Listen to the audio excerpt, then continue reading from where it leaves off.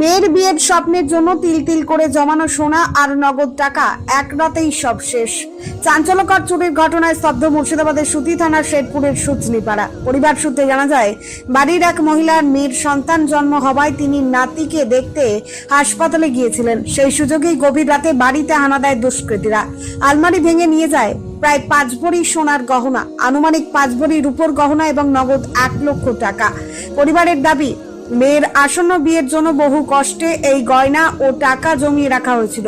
সকালে বাড়ি ফিরে আলমারি ভাঙা অবস্থায় দেখে মাথায় হাত পড়ে পরিবারের সদস্যদের, কান্নায় ভেঙে পড়েন তারা। খবর পেয়ে ঘটনাস্থলে পৌঁছায় সুতি থানার পুলিশ। শুরু হয়েছে তদন্ত। এলাকার মানুষ জানতে চাইছেন, কবে ধরা পড়বে এই দুঃসাহসিক চুরির সঙ্গে জড়িতরা? আদৌ কি উদ্ধার হবে মেয়ের বিয়ের জন্য জমানো সেই গয়না ও নগদ টাকা?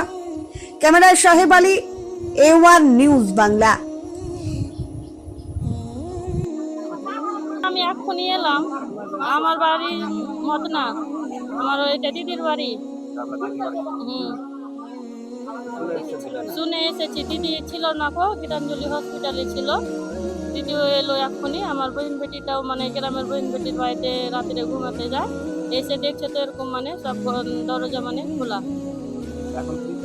এখন চাইছি মানে যে আমার প্রশাসনের কাছে মানে বিচার চাইছি যে আমার বোন বেটিটা এখন বিয়ে হবে কি করে, মানে 5 ভরি সোনা এভাবে তো নিয়ে নিল, 1 লাখ টাকা যেন উদ্ধার করে।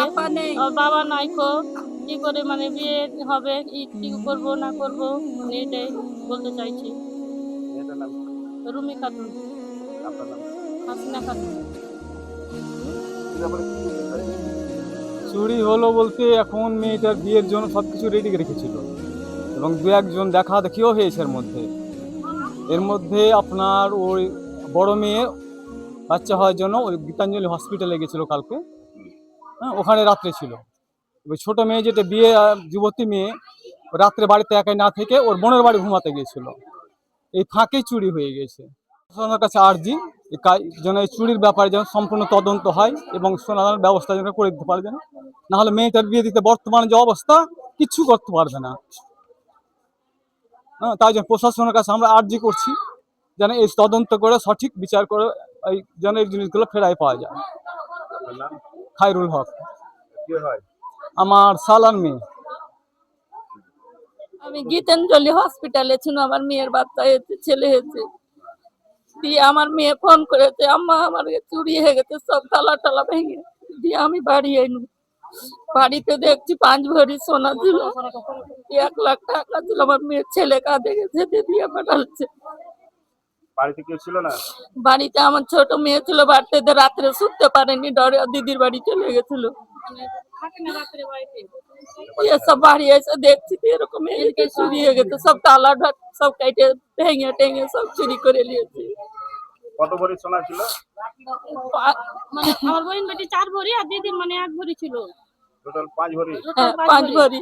মেয়ের লেগে ক্যাশ ছিল 1 লাখ টাকা ছিল, মানে ছেলে কাজে গেছে, দিয়ে পাঠিয়েছে, নমাজে কাজে গেছিল।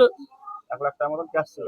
হ্যাঁ, বলছি এই সোনার গয়না টাকা ছাড়া আর কোনো জিনিস চুরি হয়েছে কি? আর 5 ভরি এখন পায়ের নুপুর চাঁদির একটা 5 ভরি। হ্যাঁ, তাছাড়া এমনি জিনিস অনেক হাড়ি বাসন এগুলো কিছু নাই, সব ভেঙে চুরে দিয়ে দিয়েছে, সব কাইটা কুটে দিয়ে দিয়েছে, সব নষ্ট করে দিয়ে দিয়েছে।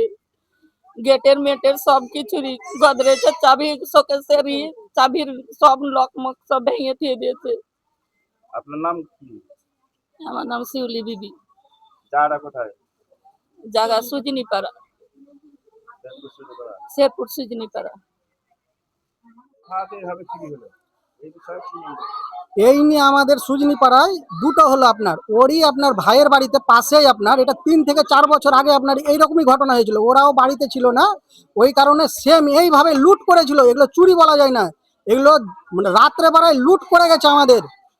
তো এটা হলো এইরকম কেন হচ্ছে আমাদের এলাকাতে বারবার, আমরা প্রশাসনের কাছে জানতে চাই, এটা আমাদের অধিকার, এটা প্রশাসনের কাছে জানতে চাই। এই যে আমাদের মজবুত চাচার বাড়িতে চুরি হলো, ওর বড় মেয়েটা আছে এখন বর্তমানে বিয়ে দেওয়ার জন্য, দেখাশোনা চলছে, 5 ভরি সোনা 1 লাখ টাকা নিয়ে গেল। এগুলো কোন দুঃসাহসে চুরি হচ্ছে আমাদের? আমাদের এলাকার প্রশাসন কি করছে? একের পর এক ঘটনা ঘটে যাচ্ছে। এর জন্য দায়ী আমি প্রশাসনকেই করব আমি। আর না হলে আমাদেরকে এই মেয়েটার বিয়ে দেওয়ার জন্য কোনো ব্যবস্থা করে দিতে হবে। প্রশাসনের কাছে করজোরে আবেদন নিবেদন কি মেয়েটা, যেহেতু আমাদের ওই যে গার্জেনটা মারা গেছে আপনার আজকে 3-4 বছর আগে, ও কিভাবে এই 4-5 ভরি সোনা এখন জোগাড় করবে? একটা ছেলে আছে তাও বাইরে রাজমিস্ত্রির কাজ করে, ওর ফ্যামিলি কিভাবে মেনটেন করবে এটাই তো আমাদের মাথায় ঢুকছে না। আমরাই তো হয়রান, আমরাই তো পেরেশান। আর আপনার এইভাবে চুরি হয়ে যাবে একের পর এক। এই প্রশাসনের কাছে আমাদের করজোরে আবেদন, প্রশাসন কিছু ব্যবস্থা করুক। আপনার নাম? আমার নাম জাহাঙ্গীর শেখ, সুজনিপাড়া বাড়ি।